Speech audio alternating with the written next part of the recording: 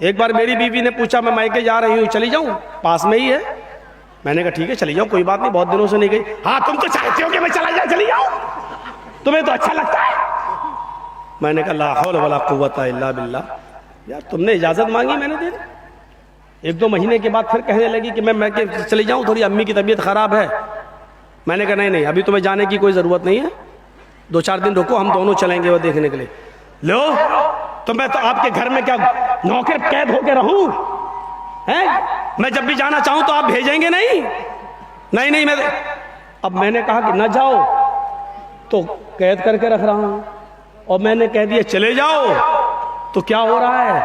लो तुम्हें तो कोई फिक्र ही नहीं, कितनी आसानी से कहती चले जाओ, इसका मतलब तुम्हें मेरी जरूरत ही नहीं। ये औरत इसीलिए का टेढ़ी पिछली से पैदा हुई है, सीधा करोगे तो टूट जाएगी लेकिन सीधी नहीं होगी। इसके नाज और नखरे को बर्दाश्त करना पड़ेगा। एक सहाबी का वाक़या बताऊं, हजरत उनकी बीवी से उनको बड़ी परेशानी थी, तो वो अपनी शिकायत लेकर अल्लाह के हजरत उमर के पास गए कि हजरत उमर को कहूँगा तो हजरत उमर डांटेंगे, मेरी बीवी को सही हो जाएगी। तो वो घर पे गए और दरवाजे को दस्तक दी, उधर से आवाज आई अंदर से, बाहर बैठो मैं अभी आ रहा हूं। और देखा कि अंदर शोर हो रहा है, तो इसने कान लगाया सहाबी ने हजरत उमर फारूक के दरवाजे पर, तो क्या सुनता है कि उमर फारूक की बीवी उमर फारूक पर बरस रही है, ये वो तुम्हें होश नहीं, ये नहीं, ठिकाना नहीं, सब्जी कैसे आएगी, खाना कैसे। और हजरत उमर जी जी जी करते चले आए, जी ट्रेन आ जाएगा जी जी। अब वो कहने लगा लो ये क्या मेरा इलाज करेंगे, ये तो खुद ही इस बीमारी में मुब्तला है। वो चल दिया, वहां से वो चल दिया। थोड़ी देर में हजरत उमर निकले, उसको जाता हुआ देखा, ए हजरत इधर आओ, इधर। वो कहता क्या, इधर आओ जी। अरे तुम किसी काम से आए थे और बगैर काम के चले जा रहे हो, आओ क्या बात है? कहा नहीं कोई काम नहीं है। अरे कोई काम नहीं है क्या मतलब? कहा मैंने काम से आए हो, फिर कह रहे हो कोई काम नहीं है। कहा नहीं अमीरुल मोमिनीन, जिस काम से आया था वो आपके बस का नहीं है। क्या मतलब, कहना क्या चाहते हो? कहा अमीरुल मोमिनीन, मैं अपनी बीवी से बहुत परेशान था और हूं और अभी तक हूं, तो मैं आया था कि आपको अपनी बीवी की परेशानियां बताऊं, गिनाऊं तकलीफें कितनी देती है, तो आप हमारे बीवी को डांट देंगे। यहां आया तो देख रहा हूं आप ही की बीवी आपको डांट रही है, आप अपनी बीवी को नहीं समझा पा रहे तो मेरी बीवी को क्या समझा पाएंगे? तो हजरत उमर फारूक ने कहा बैठो इधर और सुनो। कहा क्या?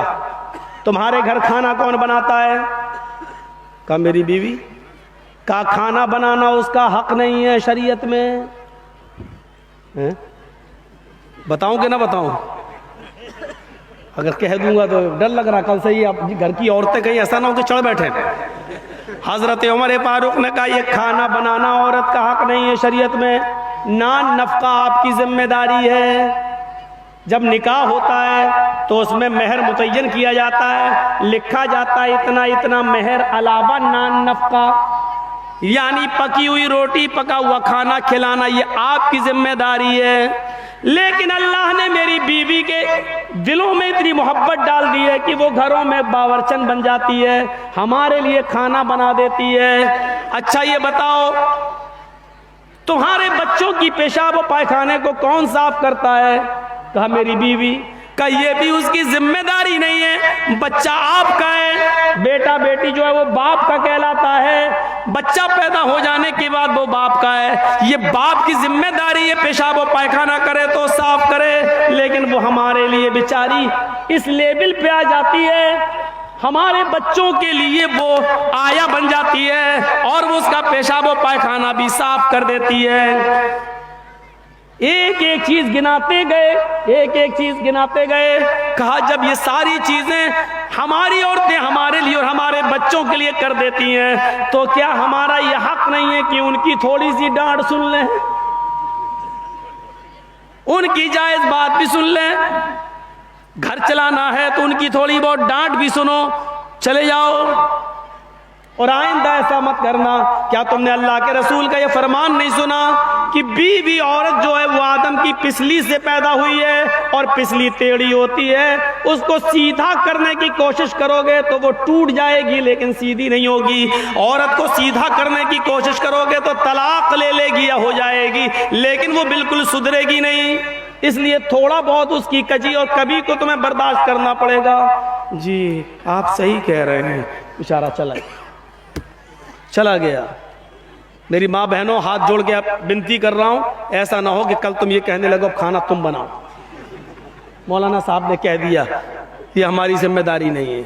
ऐसा ना हो। बहुत कम जगहों पर हम ये बयान करते ही नहीं है, क्योंकि आजकल औरतें गलत इस्तेमाल भी ले लेती है ना।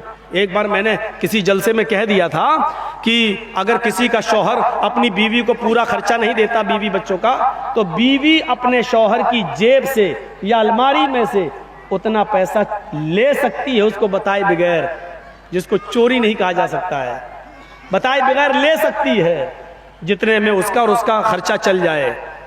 ये जैसे ही मैंने जिस तकरीर में मैंने कहा, दूसरे दिन मेरी जेब से 5,000 रुपए गायब हो गए। उस दिन से बयान करना छोड़ दिया। ये तो नाजायज इस्तेमाल करती है। फिर इतनी इजाजत दे दो 100-200 रुपए की, तो इनका 100-200 रुपए में कुछ होता ही नहीं है, 5,000। फिर ये होता है कि मौलाना ने कहा तो था ले सकते, तुम देते नहीं इसलिए हमने ले लिया। अरे अल्लाह के बंदी, मैंने तो ये कहा है कि जितने में तेरे घर का बच्चों का गुजर बसर चल जाए उतना। हाँ तो क्या हुआ, साड़ी पुरानी हो गई नहीं लाई, फेयर एंड लवली खत्म हो गई, लेने जाना है। और परफ्यूम भी तो ऐसे ऐसे आ रहे हैं, मेकअप के सामान भी तो ऐसे ऐसे। अब एक मेकअप चला वाटर प्रूफ, हमने तो वाटर प्रूफ शामियाना सुना था, वाटर प्रूफ हमने वो सुनी है, घड़ी सुनी है, लेकिन अब वाटर प्रूफ मेकअप कर लो, क्रीम पाउडर, उसके बाद चाहे कितना नहाइए धोइए, वो मेकअप हटने वाला नहीं है। पानी वो वाटर प्रूफ मेकअप भी अब चलने लगे, और ये चलाना पड़ रहा है, क्योंकि बंदरियां भी मेकअप कर लेती थी, और जब उनका चेहरा धुलता था तो आड़ी टेढ़ी की तिरछी निकलती थी, तो उनके बच्चे भी नहीं पहचान पाते थे। इसलिए जरूरत पड़ी ऐसे मेकअप की जो टिका रहे उनके चेहरे पर, इसलिए वो मेकअप बनाना पड़ा। अब वो बेचारी 80 साल की बुढ़ियां भी लगा लेती है, तो ऐसा लगता है कि हाँ ये 25-30 साल की जा रही है, 25-30 साल की। एक सही वाकया है, मैं बतला रहा हूँ, भोपाल का सही वाकया है। बेचारी एक 70, 75, 80 साल की बुढ़ी, और उसने नकाब पहन लिया, खूबसूरत बूटों वाला, फूलों से चढ़ा हुआ, और वो नकाब लगा के जा रही थी, चेहरा उसका छिपा हुआ था, खूबसूरत बुर्का। अब वो जा रही है तो 18-20 साल का लड़का उसके पीछे लग गया, ये सोचकर कि बुर्का इतना अच्छा है तो बुर्के वाली कितनी अच्छी होगी, नकाब इतना अच्छा है तो नकाब वाली कैसी होगी। अच्छा, वो धीरे धीरे चल रही थी अपनी उम्र के हिसाब से, ये समझ रहा था मुझे लाइन मार रहे हैं, लिफ्ट दे रही है, धीरे धीरे चल रही है, मतलब सेटिंग हो जाएगी, तो वो धीरे धीरे चल रही। ये बेचारा समय थोड़ी दूर जाने के बाद उसने अपना नकाब उठाया और तुतलाते हुए, बेटा